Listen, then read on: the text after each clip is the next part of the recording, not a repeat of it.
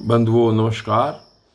कल की वीडियो में आपने सुना कि किस प्रकार जो देवहूति के पिता थे वो घूमते घूमते उस स्थान पर आ गए जहाँ पर करदम जी विराजमान थे और वह मनी मन ये सोच रहे थे कि मैं अपनी पुत्री का विवाह करदम जी के साथ कर दूं।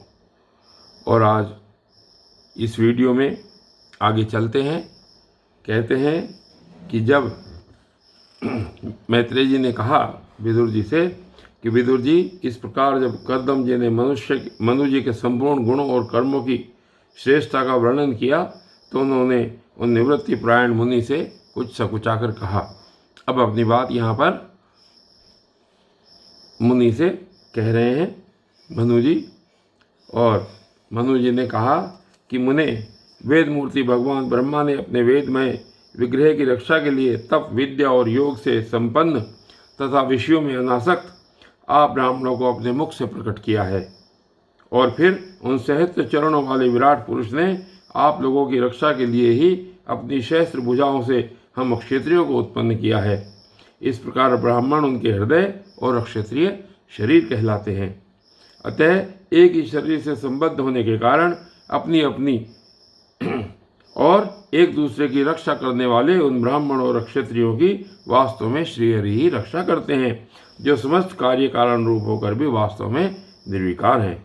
आपके दर्शन मात्र से ही मेरे सारे संदेह दूर हो गए, क्योंकि आपने मेरी प्रशंसा के मिश से स्वयं ही प्रजा पालन की इच्छा वाले राजा के धर्मों का बड़े प्रेम से निरूपण किया है। आपका दर्शन जितेंद्रिय पुरुषों को बहुत दुर्लभ है। मेरा बड़ा भाग्य है जो मुझे आपका दर्शन हुआ और मैं आपके चरणों की मंगलमयी रज अपने सिर पर चढ़ा सका। मेरे भाग्योदय से ही आपने मुझे राजधर्म की शिक्षा देकर मुझ पर महान अनुग्रह किया है और मैंने भी शुभ प्रारब्ध का उदय होने से ही आपकी पवित्र वाणी कान खोलकर सुन ली है। मुने, इस कन्या के स्नेहवश मेरा चित्त बहुत खिन्न हो रहा था, बहुत चिंताग्रस्त हो रहा था। अतः मुझ दीन की यह प्रार्थना आप कृपापूर्वक सुने। यह मेरी कन्या, जो प्रियव्रत और उत्तानपाद की बहन है, अवस्थाशील और गुण आदि में अपने योग्य पति को पाने की इच्छा रखती है। जब से इसने नारद जी के मुख से आपके शील, विद्या, रूप, आयु और गुणों का वर्णन सुना है, तभी से आपको अपना पति बनाने का निश्चय कर चुकी है। द्विजवर, मैं बड़ी श्रद्धा से आपको यह कन्या समर्पित करता हूँ। आप इसे स्वीकार कीजिए। यह गृहस्थोचित कार्यों के लिए सब प्रकार आपके योग्य है। जो भोग स्वतः प्राप्त हो जाए उसकी अवहेलना करना विरक्त पुरुष को भी उचित नहीं है। फिर विषयासक्त की तो बात ही क्या है। जो पुरुष स्वयं प्राप्त हुए भोग का निरादर कर फिर किसी कृपण के आगे हाथ पसारता है, उसका बहुत फैला हुआ यश भी नष्ट हो जाता है और दूसरों के तिरस्कार से मान भंग भी हो जाता है। विद्वान, मैंने सुना है आप विवाह के इच्छुक हैं, विवाह करने के लिए उद्यत हैं। आपका ब्रह्मचर्य एक सीमा तक है। आप नैष्ठिक ब्रह्मचारी तो हैं ही नहीं, इसलिए अब आप इस कन्या को स्वीकार कीजिए। मैं इसे आपको अर्पित करता हूँ। श्री करदम मुनि ने कहा, ठीक है, मैं विवाह करना चाहता हूँ और आपकी कन्या का अभी किसी के साथ वाग्दान नहीं हुआ है, इसलिए हम दोनों का सर्वश्रेष्ठ ब्राह्म विधि से विवाह होना उचित ही होगा। राजन, वेदोक्त विवाह विधि में प्रसिद्ध जो गर्भणामिते इत्यादि मंत्रों में बताया हुआ काम है, वह आपकी इस कन्या के साथ हमारा संबंध होने से सफल होगा। भला जो अपनी अंग कांति से आभूषण आदि को की शोभा को भी तिरस्कृत कर रही हो, आपकी उस कन्या का कौन आदर न करेगा। एक बार यह अपने महल की छत पर गेंद खेल रही थी। गेंद के पीछे इधर उधर दौड़ते रहने के कारण इसके नेत्र चंचल हो रहे थे तथा पैरों के पायजेब मधुर झनकार करते जाते थे।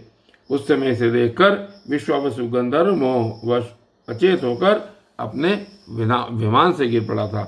वही इस समय यहाँ स्वयं आकर प्रार्थना कर रही है। ऐसी अवस्था में कौन समझदार पुरुष इसे स्वीकार न करेगा।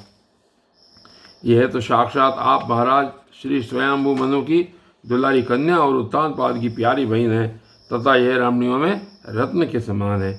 जिन लोगों ने कभी श्री लक्ष्मी जी के चरणों की उपासना नहीं की है, उन्हें तो इसका दर्शन भी नहीं हो सकता।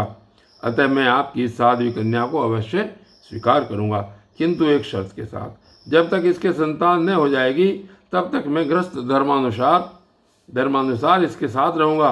उसके बाद भगवान के बताए हुए संन्यास प्रधान हिंसा रहित शमदमादि धर्मों को ही अधिक महत्व दूंगा, जिनसे इस विचित्र जगत की उत्पत्ति हुई है, जिनसे यह लीन हो जाता है और जिनके आश्रय से यह स्थित है। मुझे तो वे प्रजापतियों के भी पति भगवान श्री अनंती सबसे अधिक मान्य हैं। मैत्रेय जी कहते हैं, प्रचंड धनुर्धर विदुर कर्दम जी केवल इतना ही कह सके, फिर वे हृदय में भगवान कमल नाभ का ध्यान करते हुए मौन हो गए।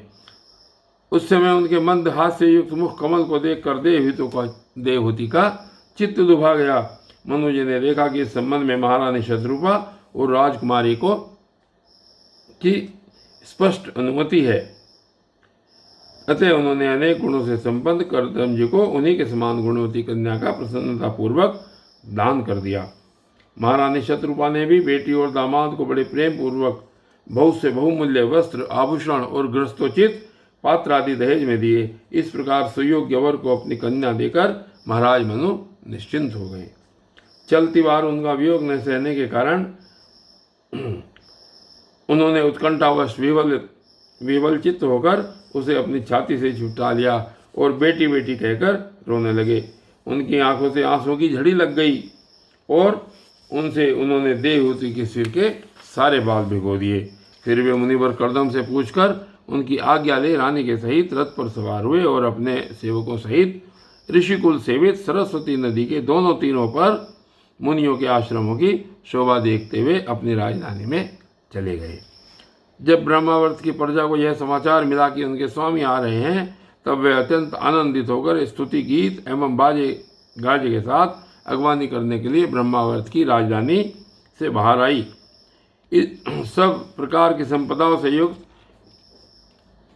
बहिष्मती नगरी मनु जी की राजधानी थी, जहाँ पृथ्वी को रसातल से ले आने के पश्चात शरीर कंपाते समय श्री वराह भगवान के रोम झड़कर गिरे थे। वे रोम निरंतर हरे भरे रहने वाले कुश और कांस हुए, जिनके द्वारा मुनियों ने यज्ञ में विघ्न डालने वाले दैत्यों का तिरस्कार कर भगवान यज्ञ पुरुष की यज्ञों द्वारा आराधना की है। महाराज मनु ने भी श्री वराह भगवान से भूमि रूप निवास स्थान प्राप्त होने पर इसी स्थान में कुश और कास की वरही यानी कि चटाई बिछाकर श्री यज्ञ भगवान की पूजा की थी। जिस बहिष्मती पुरी में मनु जी निवास करते थे, उसमें पहुंचकर उन्होंने अपने त्रितापनाशक भवन में प्रवेश किया। वहां अपने भार्या और संतति के सहित वे धर्म, अर्थ और मोक्ष के अनुकूल भोगों को भोगने लगे। प्रातःकाल होने पर गंधर्वगण अपनी स्त्रियों के सहित उनका गुणगान करते थे, किंतु मनु जी उसमें आसक्त न होकर प्रेम पूर्ण हृदय से श्री हरि की कथाएं ही सुना करते थे। वे इच्छानुसार भोगों का निर्माण करने में कुशल थे, किंतु मननशील और भगवत परायण होने के कारण भोग उन्हें किंचित भी विचलित नहीं कर पाते थे। भगवान विष्णु की कथाओं का श्रवण, ध्यान, रचना और निरूपण करते रहने के कारण उनके मनमंत्र को व्यतीत करने वाले क्षण कभी व्यर्थ नहीं जाते थे। इस प्रकार अपनी जागृत आदि तीनों अवस्थाओं अथवा तीनों गुणों को अभिभूत करके उन्होंने भगवान वासुदेव के कथा प्रसंग में अपने मनमंत्र के 71 चतुर्युग पूरे कर दिए। व्यासनंदन विदुर जी, जो पुरुष श्री हरि के आश्रित रहता है, उसे शारीरिक, मानसिक, दैविक, मानुषिक अथवा भौतिक दुख किस प्रकार कष्ट पहुंचा सकते हैं। मनु जी निरंतर समस्त प्राणियों के हित में लगे रहते थे। मुनियों के पूछने पर उन्होंने मनुष्य के तथा समस्त वर्ण और आश्रमों के अनेक प्रकार के मंगलमय धर्मों का भी वर्णन किया, जो मनु संहिता के रूप में अब भी उपलब्ध है। जगत के सर्वप्रथम सम्राट महाराज मनु वास्तव में कीर्तन के योग्य थे। यह मैंने उनके अद्भुत चरित्र का वर्णन किया है। अब उनकी कन्या देवहूति का प्रभाव सुनो। और आज के इस वीडियो में बस इतना ही। कल कर्दम और देवहूति के विहार के बारे में आगे अध्याय चलेगा। तब तक के लिए धन्यवाद।